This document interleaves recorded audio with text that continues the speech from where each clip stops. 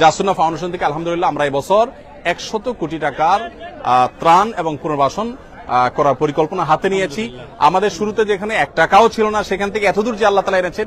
গতকালকে আমরা ডিসিশন নিয়েছি যে যারা ক্ষুদ্র ব্যবসা করেন, ছোটখাটো ব্যবসা করেন, যারা ক্ষতিগ্রস্ত হয়েছেন, সেই মানুষগুলোকে আমরা ব্যবসায় তাদের আবার যাতে তারা ঘুরে দাঁড়াতে পারেন সেজন্য আমরা তাদেরকে সহযোগিতা করবো ইনশাআল্লাহ বিদিনিল্লাহ। আমরা কলরবের ভাইরা আসছেন, ওনারা স্বেচ্ছাসেবা দিতে আসছেন, স্বেচ্ছাসেবা দিয়েছেন এবং ওনারা ইসলামিক গজল বলে আমাদের অডিয়েন্সকে, আমাদের যারা স্বেচ্ছাসেবীরা আছে তাদেরকে তারা উদ্বুদ্ধ করেছেন। আমরা গত 4 দিন যাবত টানা আপনারা দেখছেন যে ত্রাণ প্যাকেজিং এর কাজে ব্যস্ত আছি। প্রতিদিন প্রায় 1.5 থেকে 2,000 মানুষ আমাদের এই মহাকর্মযজ্ঞে অংশগ্রহণ করছেন এবং তারা সকাল 7টা থেকে নিয়ে রাত 10টা পর্যন্ত এই পুরো সময় জুড়ে প্যাকেজিং এর কাজে ব্যস্ত থাকছেন এবং এটাকে আবার বিতরণ করবার জন্য অনেকগুলো টিম আমাদের প্রত্যেকটা জেলায়, অর্থাৎ বন্যা দুর্গত প্রত্যেকটা জেলা তারা কাজ করে চলেছে।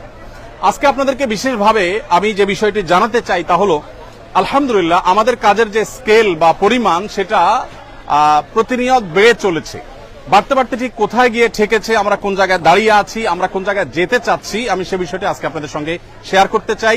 সেই সাথে বিশেষ কিছু দিক আছে যেগুলো আপনাদেরকে আমি বলতে চাই।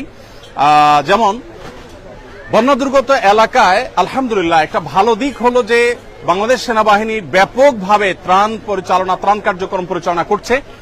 আমি আজকে ঢাকায় সেনানিবাসে সিওডিতে গিয়েছি এবং 3 ট্রাক মালামাল আমি হস্তান্তর করেছি।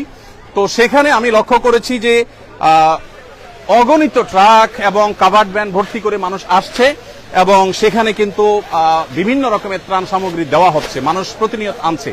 এখানে আমাদের টিমের মেম্বাররা কাজ করছে, আমি দেখতে পাচ্ছি। আসসালামু আলাইকুম, কি নাম তোমার? হামিম, কোথায় কি করো তুমি? হ্যাঁ, দারুন নাজাত মাদ্রাসায় পড়ো। কিসে? আপনার কি হয়? আপনার ছেলে? বাপ বেটা দুজন কাজ করতে আসছেন, মাশাআল্লাহ। আপনি কি করেন? উনি টেক্সটাইল ইঞ্জিনিয়ার ব্যবসা করেন, পাশাপাশি ওনার ছেলে দারুন নাজাতে পড়ে। কোন ক্লাসে পড়ো বাবা? ক্লাস 6-এ। কাজ করছো, কষ্ট হচ্ছে না? আনন্দ লাগছে? মাশাআল্লাহ, আল্লাহ তাআলা তোমাকে উত্তম বিনিময় দান করুক। আমি বাচ্চাদের জন্য চকলেট থাকে আমার অফিসে সব সময়, আমি সাথে চকলেট রাখি, এটা তোমার জন্য হাদিয়া। আরেকটা বাচ্চা দেখলাম এখানে, কই? হ্যাঁ, এটা তোমার জন্য হাদিয়া। আর কোন বাচ্চা আছে? ও মাশাআল্লাহ, ঠিক আছে ঠিক আছে। ও আরেকজন বাচ্চা, এদিকে আসো। তুমি কোথায় পড়ো বাবা? আমাদের মাদ্রাসায়? মাদ্রাসাতে সুন্নাহ, মাশাআল্লাহ। না, এটা তোমার জন্য হাদিয়া। প্রিয় দর্শক, যেটি আমি বলছিলাম, আমাদের কাজের যে রেশিও সেটা আলহামদুলিল্লাহ বেড়েছে এবং বাড়তে বাড়তে আমরা দেখেছি যে 20,000 ফ্যামিলির জন্য যে আমাদের শুকনা খাবার বিতরণ করার পরিকল্পনা আমরা হাতে নিয়েছি, সেটা 20,000ই থাকছে।